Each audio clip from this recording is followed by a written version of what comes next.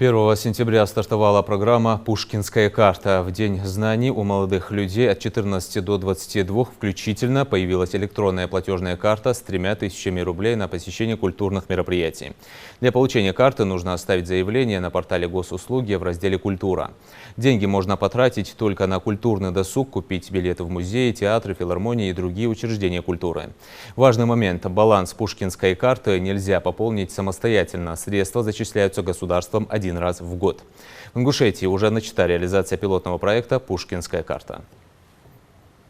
В первом этапе 10 учреждений культуры присоединились к пилотному проекту «Пушкинская карта». В частности, это 4 театра: Русский государственный музыкально-драматический театр Республики Ингушетия, Ингушский государственный театр юного зрителя, Ингушский государственный молодежный театр и Ингушский государственный драматический театр имени Идриса Базоркина. Также три музея: это мемориальный комплекс жертвам репрессий, Государственный музей изобразительных искусств и Государственный музей краеведения имени Тугана Мальцагова.